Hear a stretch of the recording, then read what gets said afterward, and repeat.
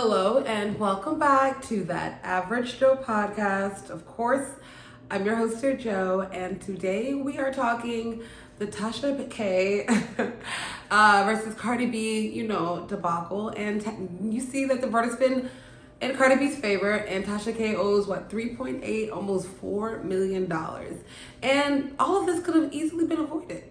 We all have, we get on this platform and we do have the right to say whatever we want to say, poke fun here, poke out this new story or, chastise these celebrities, whatever it is that you go on, on your YouTube channel and do.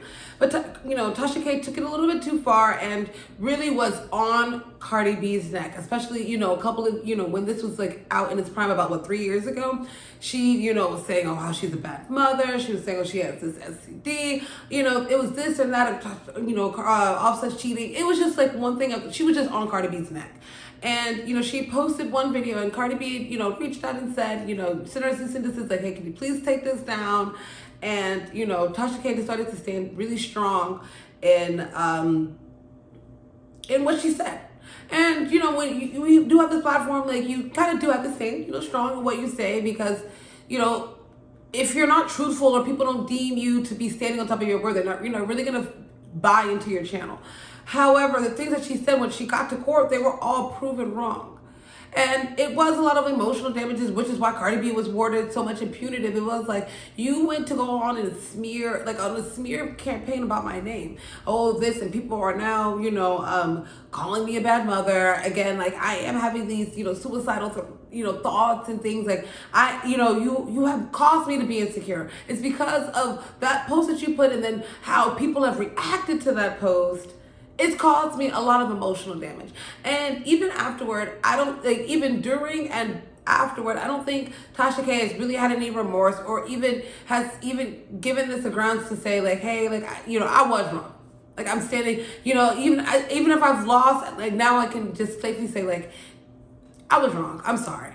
She's kind of standing tall on her word and it's gonna go into appeals and everything, but how do you feel comfortable standing on that kind of ground and calling, we all get out here, we're trying to content create, we're trying to be creative, innovative, we're, trying to be attention seeking and all those things, but you can't take it too far. You can, these celebrities, I even asked myself this question. Why do we give so much into celebrities? Why do we care so much that you're chasing after, them, every story, every headline is about them. And then you're also not even, it's about them. Like it's not even in remotely a positive. You were doing that to slander, to make her feel less than. You wanted her to, I don't know if it was like you were trying to inflict some kind of pain on her. Maybe you had some kind of personal vendetta against her. I really don't know. But for you to get online and just go into that kind of smear campaign, it's not okay. Everybody has a right to get on and, maybe speak their thoughts and opinions and, and we leave it to the audience. It's a conversation piece. That's what as it should be. Not that you're throwing allegations and things at somebody and then they're proven false. Like you didn't even have any basis for you to say that lady had an STD. Or, it's like, where did you get that? Why would you even say something like that? And that's something that it doesn't have a blurred line. It's something that could be very proven, and which they did. And why would you even tarnish your brand? Like you'd worked so hard to, build this brand and everything. And why would you kind of throw it away on that? You have so much, going for yourself. And we even wonder what the future is going to be. Like, can people stand on your word? Do we believe you? Do we want to listen to you? Especially you're double downing on this. Like, what kind of character are you? Like, it's so many faults and flaws that, I don't know. Because, like, for me, I'm just, like, a little apprehensive. It's like, okay, you don't see where you were a little bit wrong. You're doubling down on it. Then you go online and you just kind of brush it off because the media is like, slamming you. Everybody's laughing. People are throwing things like, oh, $4 million, you're bankrupt, this and that, and all this thing. People, and you're having to kind of like save face. But it's like all of this easily could have been avoided. You did this to yourself. And it's like, why? And it is a cautionary tale to a lot of content creators. It's a cautionary tale to all of us that, hey, you can't be held accountable for the things that you say. So when you get online, you better choose your words very wisely, because it's not saying that you don't have the right to, give constructive criticism toward people, but it's when you're downright just spewing lies and you're just trying to, degrade somebody's character, it's not a good look, because it really just shows the kind of person that you are. Like, what kind of person does that? Like, Cardi B is just doing whatever it is that she's doing. She's living her life. She's, not out here looking to cause trauma. Like, you kind of tied her hand and forced her to have to do that and to sue you. And she don't even really, like, imagine Cardi B could go work to get her money. Like, do you think that she would have rather spent her time, like, getting her money from another black woman? And, and it was like, okay, wow, another black woman's tearing down another black woman. And Cardi B had to do that to you. Does she really need your $4 million? Really?